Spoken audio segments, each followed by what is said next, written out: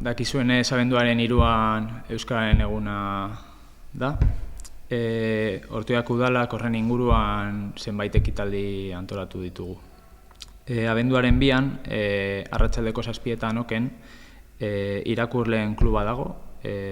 Kaiz Agirreren lehenengo novela izango du mintzagai, barne zerbitzuak deitzen dana. Abenduaren 3an Euskaltegian arratsaldeko 5etan iesgela daukagu, 16 urtetik gorakoentzat. Ordu bateko bi txanda izango dira, 5:00 eta 7etan.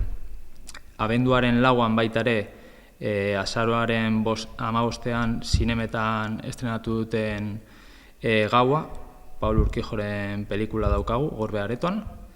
Eta abenduaren 6an, goizeko 10etan, autobus bat antolatu dugu Durangoko azokara. Izen ematea Ziripot dendan dago abenduaren 4 arte, ordu 2 arte.